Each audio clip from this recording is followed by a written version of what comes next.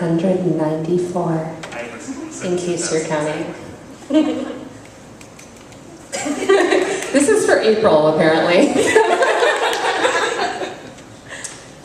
The egg that was my heart. My mother died when I was born and left me with a hiccup in my heart. It murmured prophecies to my father, the heart surgeon. It told him another must die if I was to live. He added my name to the list of organ recipients, and every year my father would pray that one of his patients would fail, so the heart meant for them would go to the next on the list, leaping my name up from the inky bottom a few flickering spreadsheet rows closer to the top. When I was 17, my name was still inches from the head of the list, but my heart didn't give a shit. I was changing my tampon in the girls' room during lunch and my heart stopped. No dignity. Still, I'm lucky Cheryl Weissman saw the blood winding through the tile grout from the stall where I'd collapsed. I was rushed to the nearest hospital. There was no heart to transfer and no waking the recalcitrant one I was born with. My father, in a move born of parental desperation, reached into a swallow's nest he saw perched outside the operating room window and wired an egg that he found there into my chest.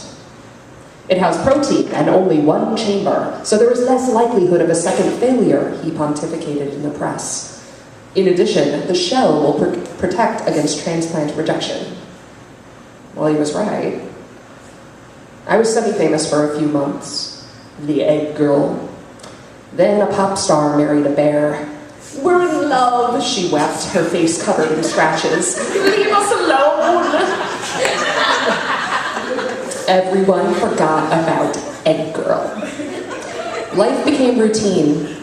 I graduated high school and entered college, 2 states away from home and terrified. Binge drinking, solid C's, and vague memories filled my first semester. Second semester, I met Jennifer.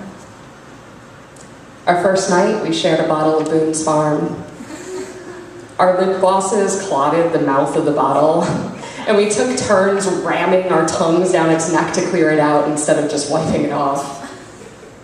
Eventually, we cut the bottle out of the equation. Afterward, she tucked her face onto my chest, and the weight of her head pressed down so hard I could feel the pulse in her cheek. I grew warm inside. The egg that was my heart wobbled and cracked. When morning came, she tugged my hair to wake me. I'm so fucking hungover, she said, and I screwed my face up, braced for rejection. She leaned across me to click on the fan. Her breath tasted like wet peanuts when she kissed me. I kept my eyes open as I kissed her back, watching the way the fan oscillated the light over her eyebrows. I felt the egg that was my heart hatch. I took a deep breath and peeped, newborn from the nest of her body. I never graduated college.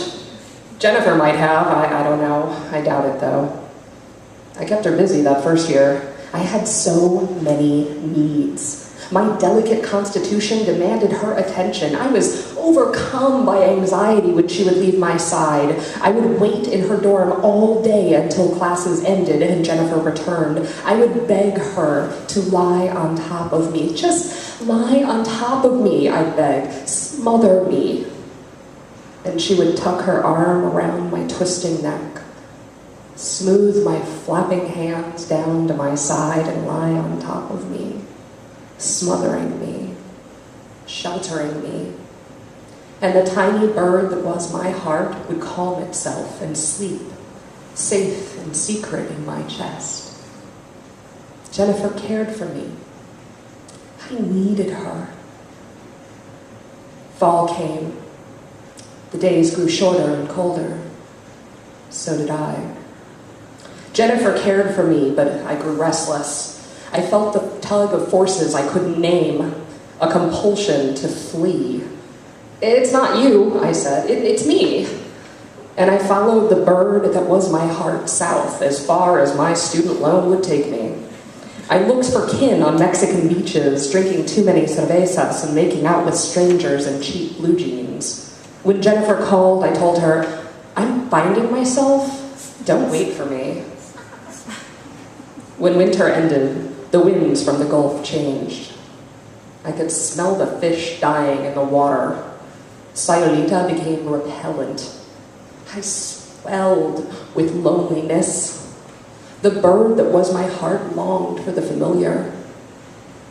Back in Jennifer's dorm, I begged, "Lie on top of me." "You're smothering me," she said.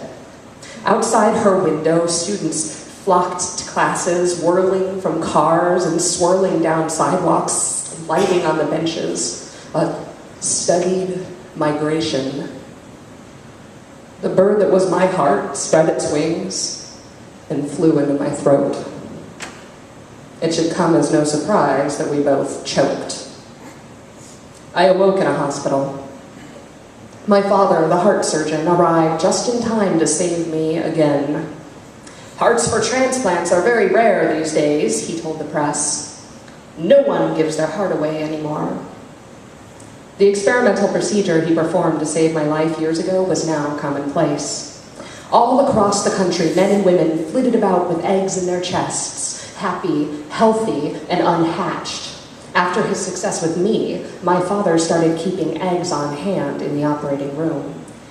Neatly arranged in a fridge, they are all discreetly numbered and hard-boiled.